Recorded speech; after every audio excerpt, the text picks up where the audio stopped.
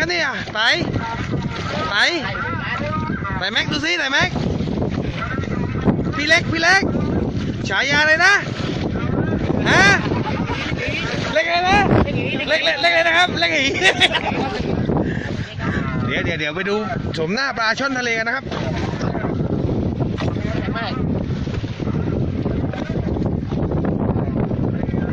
ครับอุ้ยย่าครับดูชมหน้าปลาช่อนทะเลนะครับ